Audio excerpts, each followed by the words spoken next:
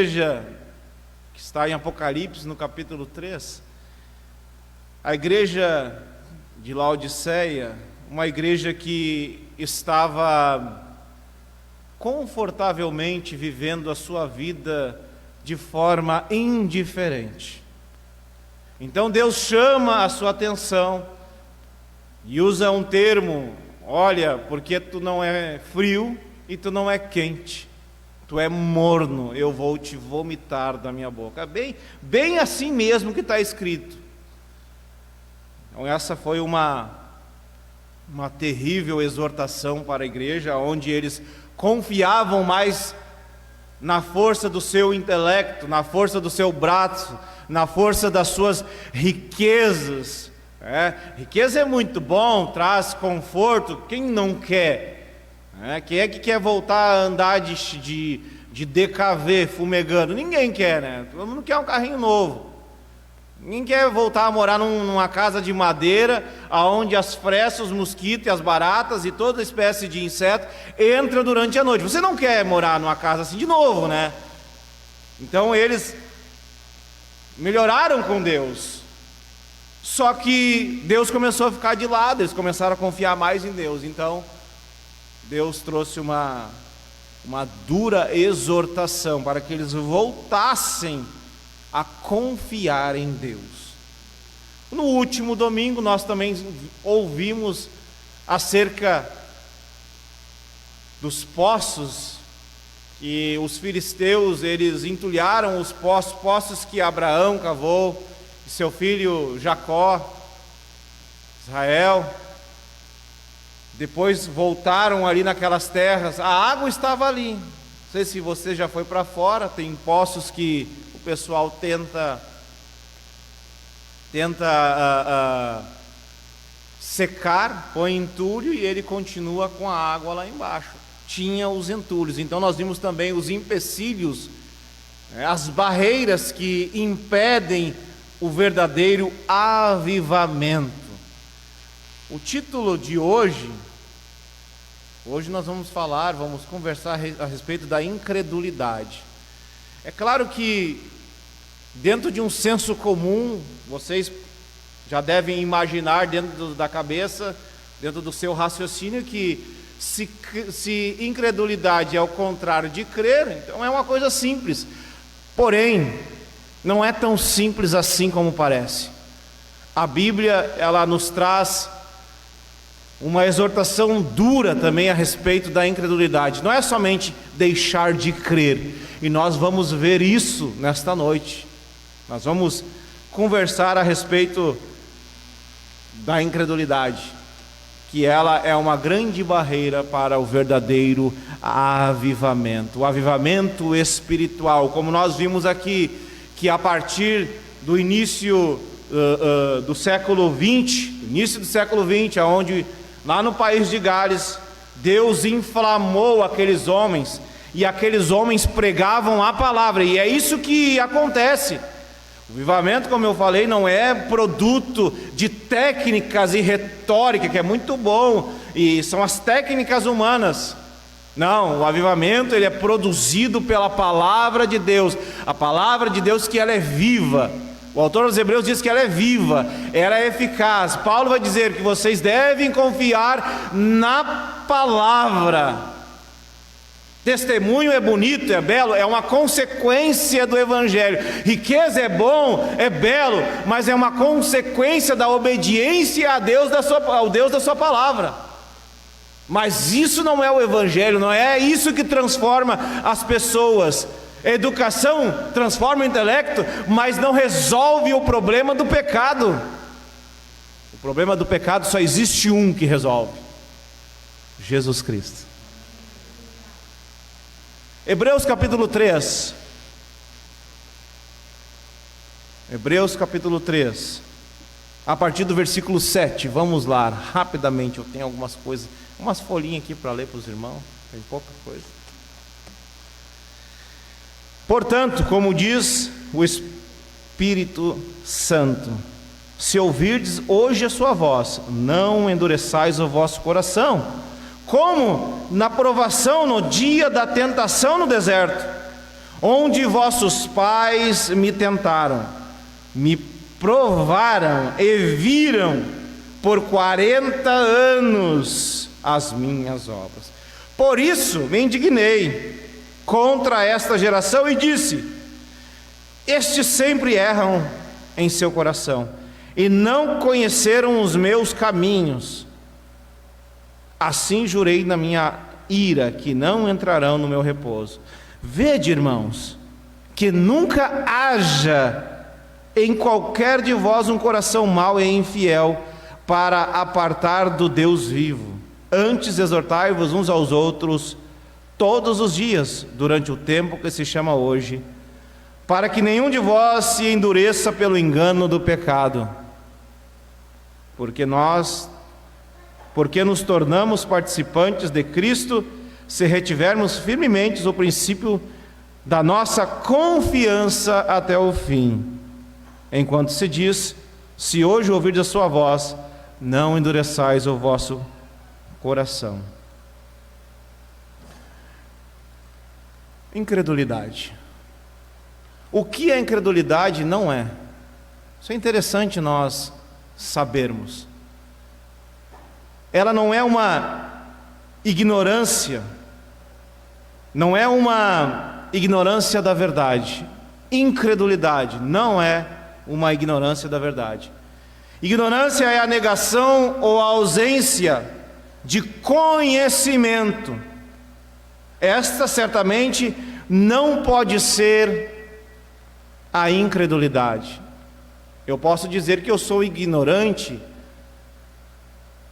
no que diz respeito aos direitos constitucionais. Nós temos aqui irmãos que têm mais propriedade para falar sobre isso.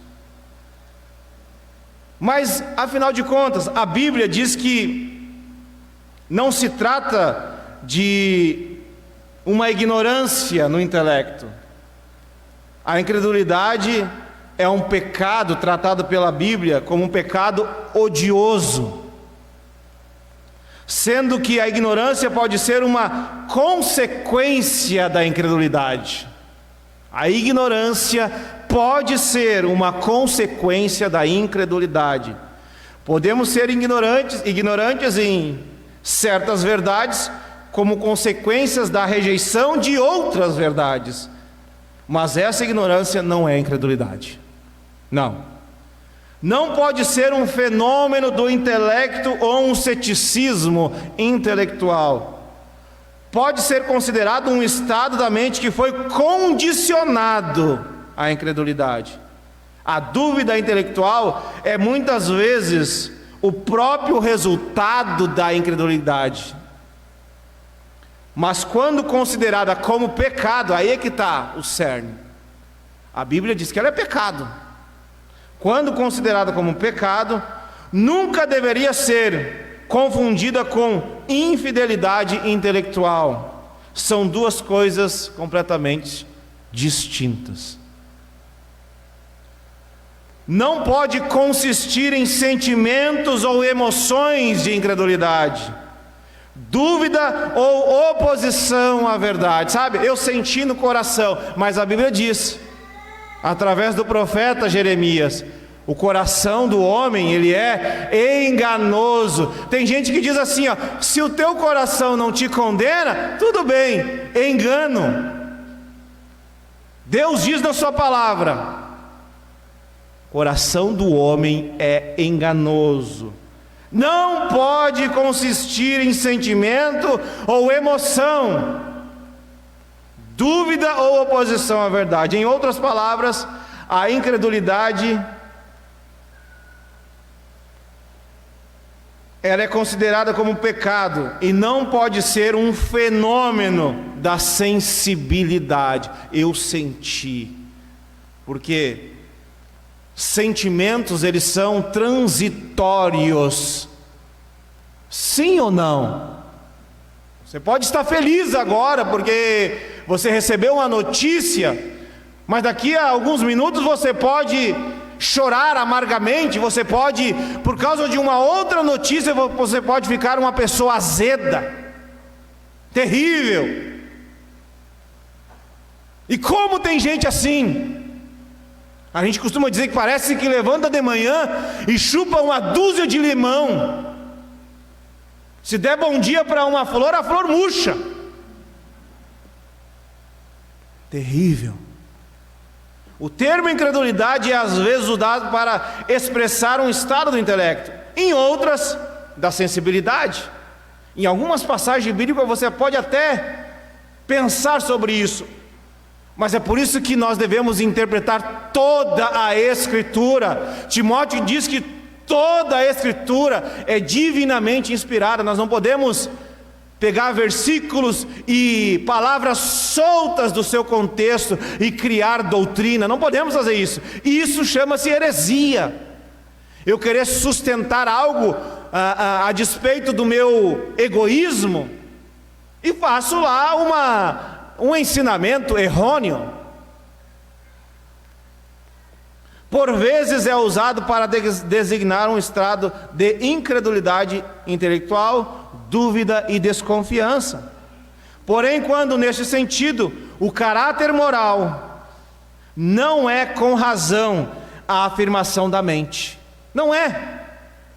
Sabe por quê? Se eu viesse aqui nessa noite e começasse a falar em alemão, alguém entenderia o que eu estaria falando? Talvez alguém fale alemão aqui, né? Ou não, eu não sei falar alemão, é só um exemplo. Inglês, talvez alguém fale inglês, em russo, enfim. Por isso que não é um estado da mente.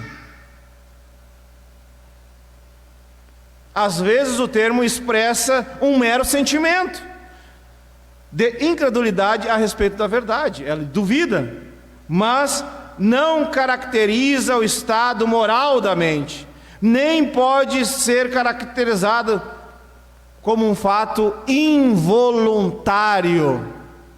Você acabou de ler um texto, conecte-se a esse texto. O povo ficou quanto tempo no deserto? Quanto? 40 anos. É involuntário? Não, 40 anos não tem nada de involuntário. Sabe como é que é? Nós, no afã das emoções, nós tomamos decisões erradas. Eu concordo até certo ponto. Porém, a Bíblia diz que eles, durante 40 anos, viram o agir de Deus, viram o sobrenatural de Deus, e mesmo assim tentaram a Deus. Em resumo, a incredulidade, tão duramente denunciada na Bíblia como uma abominação muito expressante, não pode consistir em qualquer estado involuntário da mente. E é uma coisa que está na moda, né? Não, tem pessoas que acreditam em transfusão ou transliteração de pensamento, essas coisas do gênero aí, né? A psicanálise, que estuda a psique, e a psique na Bíblia é a alma, né? A mente humana. Mas a Bíblia diz que não pode ser isso. Incredulidade não é isso. O que não é incredulidade? Eu estou explicando aqui. O pastor falou que nós fizemos ao longo da nossa vida pequenas concessões, que o pecado vai sendo trazido até nós, e nós vamos assimilando o pecado. E o que era pecado agora não é mais pecado, porque nós toleramos. E começamos até a praticar na nossa vida cotidiana. O sagrado passa a ser corriqueiro. 40 anos, irmãos, presta atenção aqui. 40 anos no deserto. Não precisa me responder. Tinha padaria no deserto? Tinha o Ben Job Foods? Fazendo propaganda aqui. Não tinha os The Champions. Ou as pizzas lá, que eu não sei o nome dos irmãos lá, mas tudo bem. Não tinha açougue no deserto. Tinha o DEMAI para dar água no cano. Vinha um caminhão pipa com 18 mil litros de água por hora para eles beber água. Não, meus irmãos, 40 anos no deserto. Tinha tudo isso. Eles viram e presenciaram, eles viveram os milagres de Deus. Tem muita gente que acha assim: não, vai lá numa igreja, que lá hoje tem uma campanha de cura e libertação, aí você vai ouvir o pregador e Deus vai te curar. Isso não basta. 40 anos os caras viram Deus acordando e dormindo, viram Deus agindo. Quer mais? É terrível. Se nós vimos o que não é incredulidade, o que é incredulidade? O termo como empregado nas passagens bíblicas que representam incredulidade como pecado, tende a designar como um ato consciente da vontade humana. E quando nós estudamos a vontade humana, a sede da vontade humana é o coração. E como eu já disse, o teu coração não te condena, faz. Que engano, né, irmãos? Quantas pessoas quebram a cara. Eu senti no meu coração. Vive de sentimento. Senti no meu coração. Deve ser um estado voluntário da mente. A incredulidade é o oposto à fé cristã. A fé é a recepção da vontade de Deus expressa na sua palavra. A incredulidade é a rejeição da verdade de Deus. Tem gente que crê em meias verdades, não crê em toda a Bíblia. A fé é a confiança da alma em Deus e na sua palavra. A incredulidade, logo, é a desconfiança. Você quer ver um texto? Gênesis capítulo 17, versículo 17. Põe para nós aí no telão. A rejeição central das evidências e a recusa das influências. Os caras viram, sabe o que quer ver? É como se Deus fizesse assim: vou abrir essa parede. Aí Deus abriu a parede. Pá! Olha, eu vou mandar. Vocês conhecem pomba? Pombinha, rola? Vocês conhecem, né? Passarinho, pardal. Um pardal não voa longas distâncias. A codornizes lá no deserto, ela voou, alguns dizem que ela chegou a voar 600 quilômetros. Gênesis 17, 17, o que diz aí? Abraão, quando Deus disse para ele, Abraão tinha quantos anos? 100 anos. E esses dias nós estávamos discutindo, será que a mulher com 42 anos pode ter filho? Será que a mulher com 40 anos pode ter filho? Será que a mulher com 50 anos pode ter filho? São outros tempos. Tudo bem, são outros tempos. Mas quando Deus,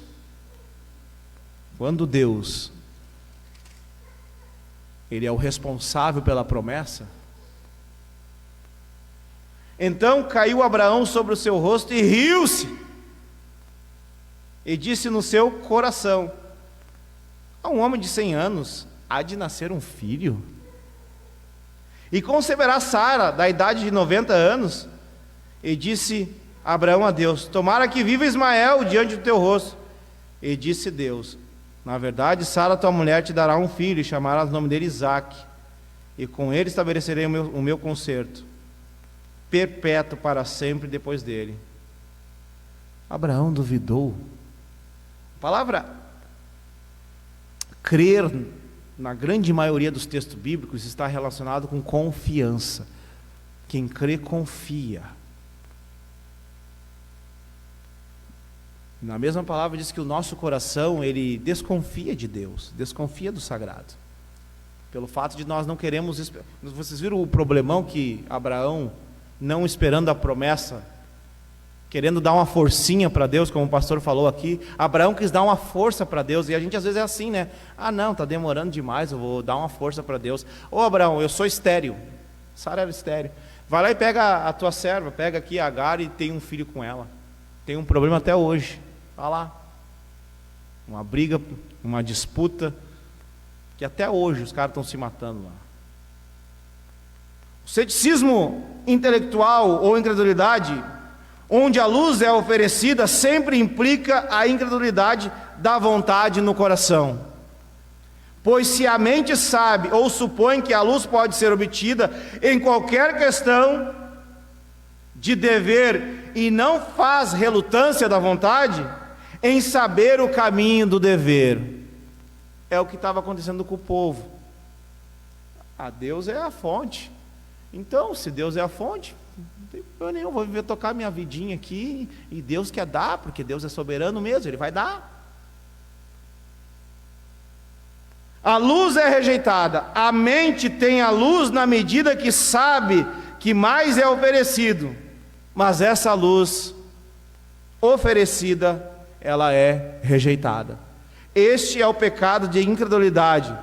Toda infidelidade é incredulidade.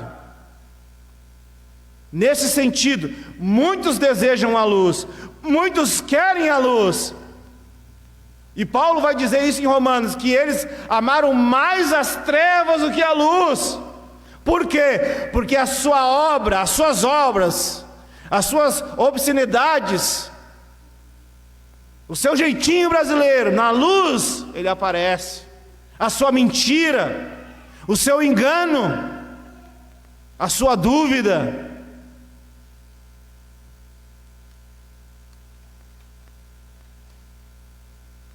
Muitos desejam, mas em geral fazem mais força para fechar os olhos para a luz.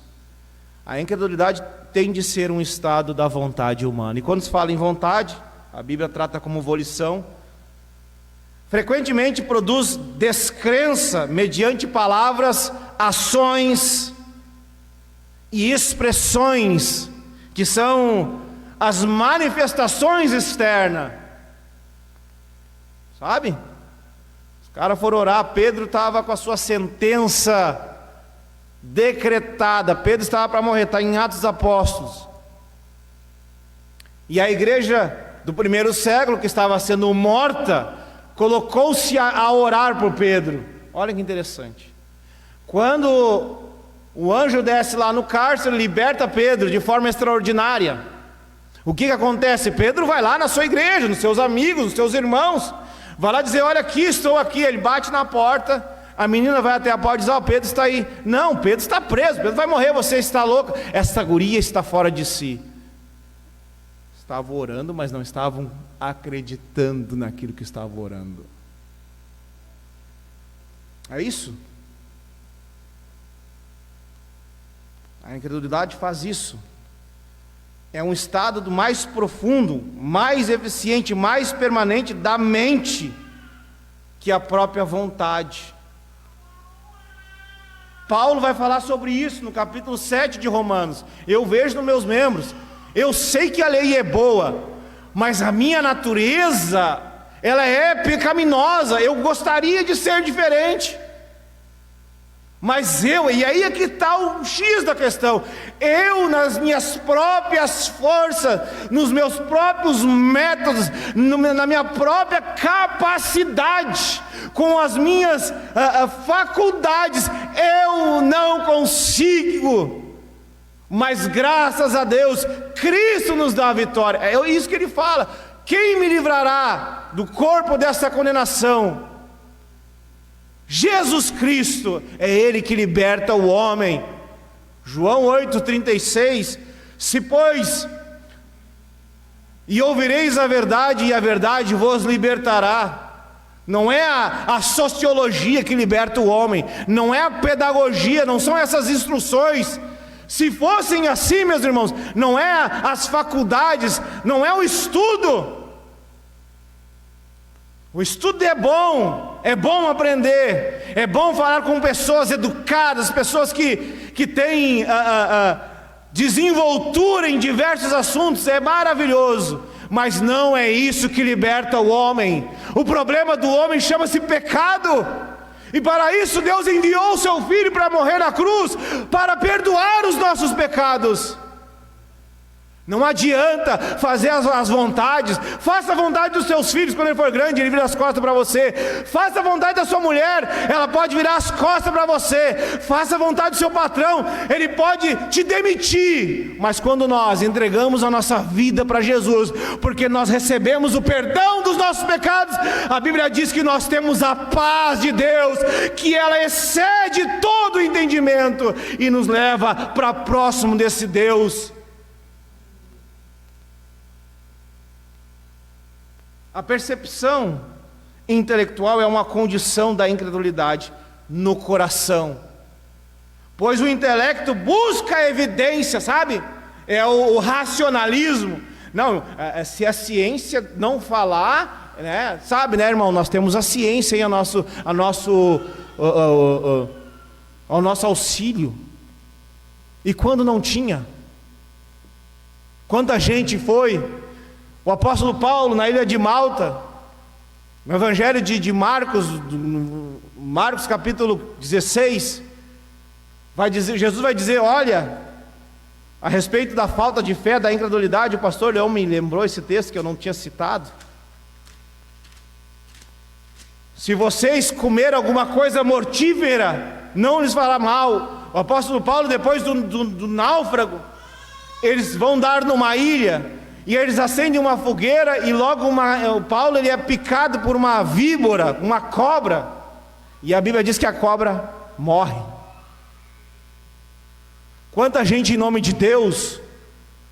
Esse dia, uma cena engraçada, nós fomos numa praça e tinha uma vela lá, e a Nicole disse assim, o que é aquela vela? Ah, isso aí é coisa das pessoas, dos santos delas. A Nicole foi lá e assoprou a vela. Agora o feitiço vai pegar em ti. Da onde? Que medo. Ai, eu não passo por cima de macumba, eu não passo por baixo de escada aberta. Se quebrar o espelho, eu trabalho com espelho, tá, irmãos? 25 anos. Que dia é hoje? 3? 24, amanhã 25 anos. Já quebrei um bocado de espelho, irmãos. Talvez isso me diga alguma coisa, né, das coisas que estão acontecendo. Capaz, meus irmãos, isso é crendice. Ai, eu não vou no banheiro no escuro. Marcos, no capítulo 16, diz o seguinte, versículo 14, do capítulo 16. Olha só o que diz a respeito de incredulidade. Finalmente apareceu aos 11, estando eles assentados juntamente, e lançou o rosto à sua incredulidade e a dureza do seu coração, por não haverem crido nos que tinham visto já ressuscitado. E disse, ide por todo mundo, pregai o evangelho a toda criatura. Quem crer for batizado será salvo, mas quem não crer será condenado. E estes sinais seguirão os que crerem em meu nome: expulsarão demônios, falarão novas línguas, pegarão na serpente, se beber alguma coisa mortífera, não lhes fará dano algum, e imporão a mão sobre os enfermos e os curarão.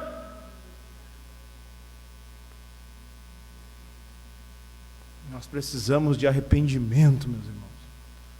Nós estamos falando sobre avivamento, sobre a obra gloriosa e poderosa do Santo Espírito, que nos impulsiona a orar em favor de alguém, a impor a mão. Eu já fiz esse trabalho, vou dizer para vocês, eu fui numa casa e era de batuqueiro mesmo. Me deram café, eu não tomo, eu tomei café, comi pão, glória a Deus. Não tem essa daí. Jesus disse que o máximo que pode dar é uma dor de barriga. Ai, eu estou com medo, ai, mãe de santo.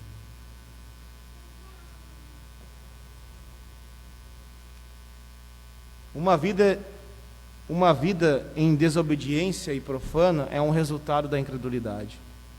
Se o coração rejeita totalidade da verdade. O profeta diz assim: ouvi, Senhor, a tua palavra. E as pessoas vão buscar daquilo que os outros acham, daquilo que os outros pensam. Não, é aquilo que Deus diz. Deus disse e acabou. Não é o que eu acho. Às vezes as pessoas elas fazem aquele jogo é um jogo, tá? É um jogo para exaltar o seu egoísmo. Elas querem uma aprovação para aquilo que querem fazer e querem saber o que tu pensa. Aí quando você dá a sua opinião, às vezes a pessoa diz: era isso que faltava para mim, agora eu posso fazer. Não é isso. É o que Deus diz. O que Deus diz na sua palavra? Se tu crê com todo o seu coração na sua palavra, Romanos no capítulo 10, Paulo vai dizer o seguinte. Olha o que diz em Romanos 10, capítulo 10, versículo 9: a saber, se com a tua boca confessares ao Senhor Jesus e em teu coração credes que Deus o ressuscitou dos mortos, serás salvo, visto que com o coração se crê para a justiça e com a boca se faz confissão para a salvação. Quando aceitamos as verdades e o governo de Deus, recebendo o perdão dos nossos pecados, a penalidade do pecado ela é removida e nós temos acesso a Deus pela obra meritória de Cristo na cruz do Calvário. E a resposta a esse perdão é uma vida em obediência à sua palavra, não é aos preceitos do homem. Tem muito homem ditando coisas e as pessoas indo atrás. Aí tem muita gente hoje: eu fui lá naquele lugar e não vou mais. Por quê? O que Jesus falou para ti de errado naquele lugar? O que a sua palavra falou para ti de errado? Foi Jesus? Foi a sua palavra? Não, foi lá o irmão, a irmã, foi o porteiro. Então não foi Jesus.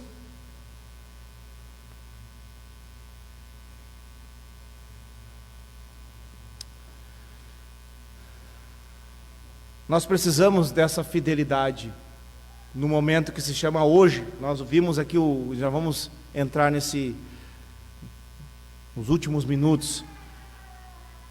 Nós lemos em Hebreus: se hoje ouvirdes a sua voz. Nós precisamos, em resposta a essa transformação recebida pelo perdão dos nossos pecados, viver uma vida em obediência hoje, projetada no futuro. A incredulidade, meus irmãos, ela impede a entrada de Deus e seu governo no coração humano. É uma barreira. A obediência à sua palavra traz comunhão com Deus. A obediência à sua palavra traz a habitação do seu Santo Espírito. Jesus disse no Evangelho de João: e eu irei ao Pai, e rogarei ao Pai, e não vos deixareis órfãos, e o Pai vos enviará um outro Consolador, este dará testemunho de mim. Não é o que o Alexandre pensa ou diz, é o que a palavra diz. O que nós vimos, o que nós lemos em Hebreus no capítulo 3, deixa lá Hebreus aberto na sua Bíblia, Hebreus capítulo 3, nós vimos, em primeiro lugar, a insensibilidade do povo em tratar as coisas dos sagrados como coisas sem valor. Eu vou lá na igreja, eu vou. Irmão, tu vai na igreja? Eu vou na igreja. Há tantos anos. Não sabia. E tu é assim? Eu já ouvi gente falar isso. Tu é assim? Eu sou assim mesmo. Coisa triste ouvir isso, irmãos. Coisa triste de as pessoas ter mais prazer na roda dos ímpios do que com os cristãos. Coisa triste é você ouvir de alguém que aquele cristão é a pessoa mais odiada da sua vizinhança, é a pessoa mais ruim, é uma pessoa que não tem sabor na vida, sabe? É uma pessoa egoísta, uma pessoa maldosa. Insensibilidade. Se hoje ouvires a sua voz, a voz do Espírito, não endureçais o coração. Jesus disse: quem tem ouvidos para ouvir, que ouça. Peraí, o ouvido não é para ouvir? Deus não te deu 2 ouvidos para ouvir? Isso é uma figura de linguagem. Aqui no texto de Hebreus não é uma figura de linguagem. Ele está falando da dureza do coração, de não dar reverência, não dar valor, não dar atenção à sua palavra. Por quantas vezes Deus fala, as pessoas querem ouvir Deus falar: eu vou lá na igreja do fulano, porque lá tem o profeta de Deus, e ele vai falar. Mas Deus fala pela sua palavra. Jesus falou no livro de Hebreus: olha, como nós podemos escapar de uma tão grande salvação? Outrora Deus havia anunciado pelos profetas, hoje tem anunciado através do seu Filho, e isso foi registrado. No versículo 7 nós vimos, versículo 7, versículo 8, a dureza do coração. Eles tentaram a Deus, eles duvidaram de Deus. Viu, irmãos? 40 anos, tem gente que aí que está 2 anos na caminhada, 3 anos de caminhada, 10 anos de caminhada, 20 anos de caminhada, 30 anos de caminhada. Cuidado, que as coisas santas podem se tornar corriqueiras, se o seu coração, como disse o pastor domingo passado, for entulhado pelos filisteus. Se no seu coração as coisas do mundo têm mais valor, e você não vai ouvir aqui nesta igreja que não é lícito trabalhar, que não é digno, não, você vai ouvir. E como eu falei de manhã, se você se formar, lá na faculdade, o Manuel vai se formar, aí nós vamos fazer uma gritaria lá na formatura dele, aí ele vai continuar, vai fazer um outro curso, nós vamos lá e nós vamos se alegrar com ele, aí vai ele receber o seu PhD, nós também vamos ir lá e vamos fazer um gritaria lá no negócio, vamos ficar felizes com ele. Mas também nós vamos ser aqueles que vamos chamar a atenção quando isso estiver sufocando o seu coração. Não, isso é o pastor que faz. Olha o que a Bíblia diz. Não!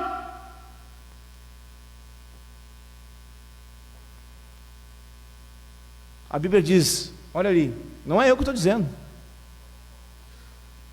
Eu já estou pulando uma etapa aqui. Versículo 13: exortai-vos aos outros. Aí tem gente que não aceita. Quem tu pensa que tu é? Tu entrou na igreja ontem, quer me ensinar? Vai crescer. Não é assim, irmãos? Eu sempre uso o exemplo de um amigão meu, está em Brasília, segurança lá de uma pessoa. A mãe dele ensinou ele um preceito. Quando ele ficou grande, ele viu a mãe agindo errado, conforme aquele preceito que ela ensinou que era errado. Quando ele repreendeu a sua mãe, o que ela falou? Cala a boca, eu sou tua mãe. Quer dizer, eu posso ensinar errado, mas eu posso ensinar que é errado, e quando eu agir errado, eu não posso ser repreendido, porque é meu filho e tem que me obedecer mesmo eu estando errado?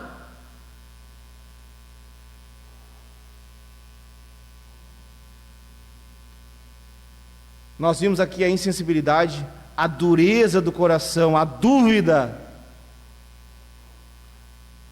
Como resultado, meus irmãos, a Bíblia diz aqui, Deus disse: não entrarão no meu descanso.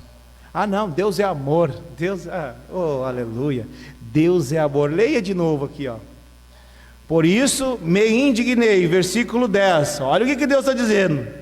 Por isso me indignei contra essa geração, e disse: estes sempre erram em seu coração e não conhecem os meus caminhos. Assim jurei na minha ira. Opa, Deus se ira. Jonathan Edwards, ele fala: pecadores nas mãos de um Deus irado. Ah não, Deus é amor, irmãos, vou pregar o amor de Deus.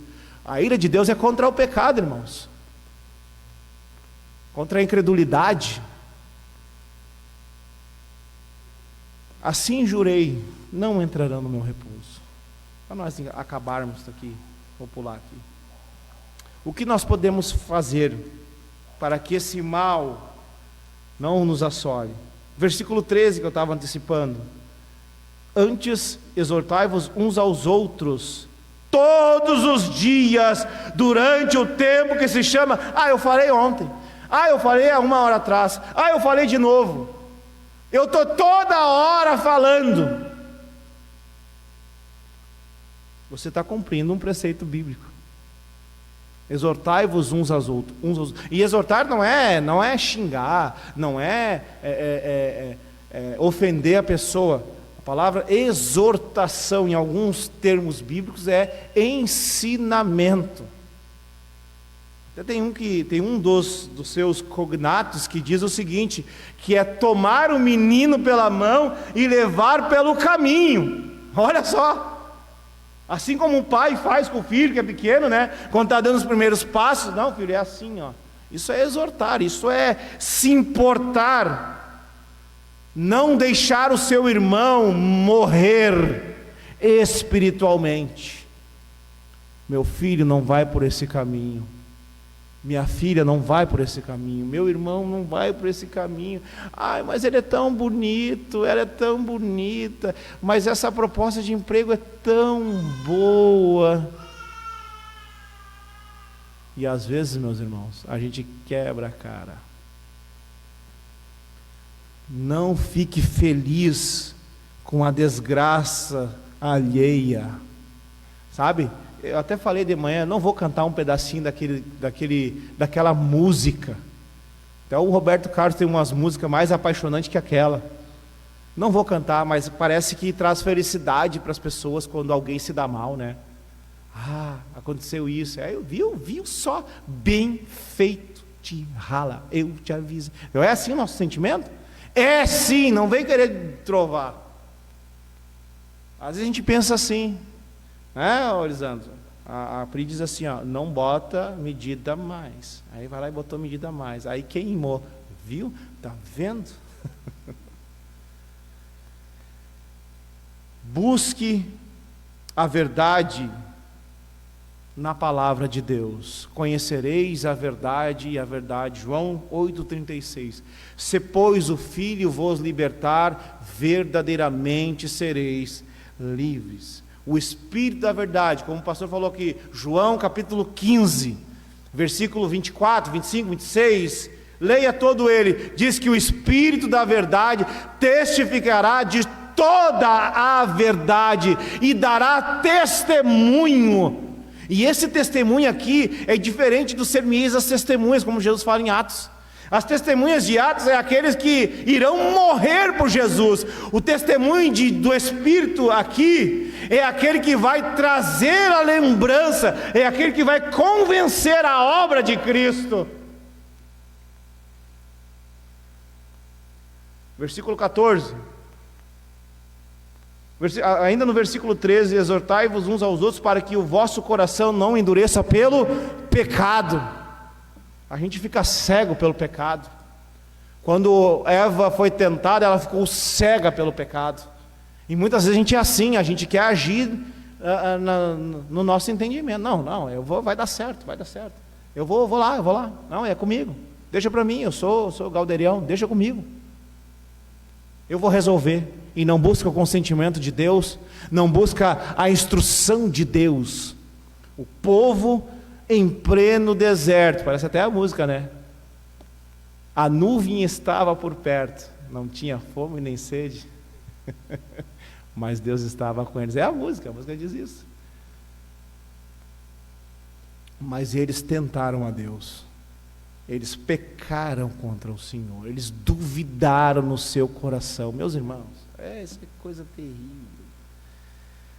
Tenha confiança em Cristo, não é a ciência, não é a filosofia, como eu li no início, sobre a incredulidade. A ciência é esse movimento humanista, racionalista, ele procura provar Deus pela ciência, né? Ah, não, porque uma poeira cósmica, ela começou a juntar-se a 32 trilhões de anos atrás, e assim foi surgindo as estrelas e as constelações, o universo e as constelações, os planetas e as estrelas, e aí surgiu o planeta Terra, e daí nós somos produtos da evolução, né? Que alguém ou alguma coisa caiu lá no meio do nada. Não, irmãos.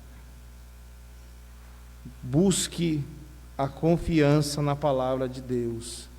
Não é a ciência, nem a filosofia, nem qualquer outra elucubração da mente humana. Não é nada disso. O homem, ele tenta explicar Deus na sua racionalidade, mas Deus não se explica com a razão. Deus se entende pela fé.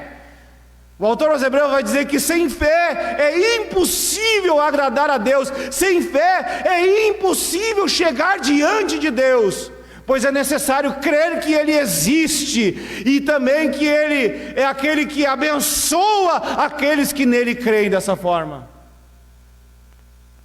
Ele vai dizer ainda que homens que o mundo não era digno, pela fé, eles enfrentaram tiranos, pela fé eles enfrentaram leões, animais terríveis.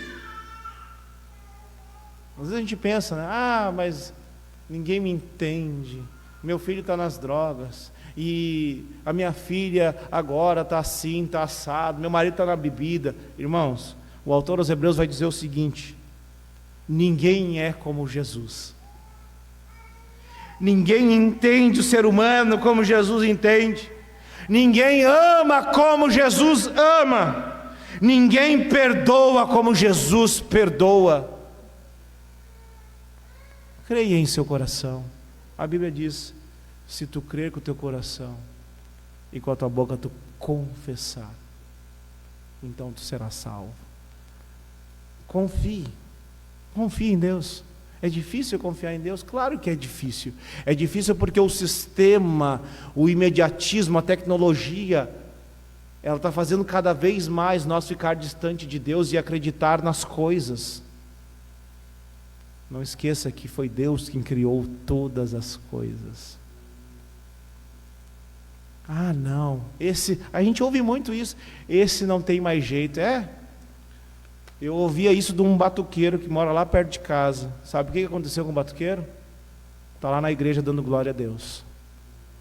E as pessoas diziam que não tinha mais jeito. Às vezes a gente quer ser Deus, a gente quer julgar. Não, esse não tem mais jeito. Esse aí eu vou entregar nas mãos de Deus. É isso aí mesmo, entrega nas mãos de Deus. Não entrega para Satanás, não, entrega nas mãos de Deus. Incredulidade, é isso. É desconfiar, é não dar crédito à ação de Deus. E nós temos visto Deus agir no nosso meio, irmãos. Eu não estou vendo nada. Mês que vem vai ter batismo. Você não vê as pessoas sendo transformadas, você não vê o reflexo do seu marido, da sua esposa. Como você é como esposo, como você é como esposa, como os teus filhos estão agindo, como os teus colegas te tratam no trabalho. Você não vê Deus dessa forma? Então você está cego. Você precisa do perdão de Deus nesta noite. E para isso o Senhor Jesus se faz presente no nosso meio. Ninguém perdoa como Jesus. Vamos estar em pé, meus irmãos. Eu quero orar com vocês. A incredulidade, ela é um obstáculo ao verdadeiro avivamento. Quando você lê a história da igreja, você vai ver que homens foram usados por Deus de forma extraordinária. E assim como o profeta Ezequiel, o profeta Jeremias e tantos outros, eles não buscavam a sua glória, eles buscavam glorificar aquele que tem toda a excelência, aquele que é soberano, que está no seu trono. Não é sobre nós, como nós falamos aqui, é sobre Jesus, é tudo sobre Jesus. Oramos nessa noite. Pai bendito, nós pedimos a Ti, Senhor, que se de alguma forma, ó Deus, a incredulidade tem brotado em nossos corações, e nós, por muitas vezes, afrontamos a Ti, Senhor, com dúvida, não cremos totalmente em Ti, Senhor. Nosso coração enganoso, perverso, maligno, que desonra a Tua santidade. Nós pedimos, bendito Pai, venha sobre nós, Senhor. Venha com o poder do alto, venha, Senhor, com o Teu Espírito Santo, assim como os discípulos de Emaús, quando ouviram a exposição da Escritura por Cristo, eles disseram: porventura o nosso coração não ardia quando nós ouvíamos? Venha sobre nós, Senhor, arde o nosso coração também pelo poder e autoridade da Tua palavra, que nós não possamos ser acomodados como o povo Te tentou, que nós, Senhor, não venhamos a tentar a Ti, a duvidar, a sermos infiéis a Ti, Senhor. Perdoa os nossos pecados, perdoa, Senhor, a nossa lentidão, perdoa, Senhor, os nossos olhos, o nosso coração que projeta o mal. Nos perdoa, ó Deus, perdoa as nossas línguas, os nossos atos, as nossas palavras. Sim, ó Deus, venha sobre nós, ó Deus. Ó Deus, nós pedimos a Ti que o Teu Santo Espírito faça obras profundas no nosso interior, de forma que o nosso exterior, ele manifeste a Tua glória, para que o nome de Jesus seja glorificado na vida de nós, da Tua igreja. No nome de Jesus nós oramos, no nome de Jesus, Senhor, venha com poder, venha, Senhor, para testemunhar do Teu Evangelho em nossas vidas, e nós possamos ser instrumentos nas Tuas mãos. Assim nós oramos, Pai querido. Transforma nessa noite, liberta nessa noite, pois é Tu quem tem o poder para libertar. Salva nesta noite, ó Deus.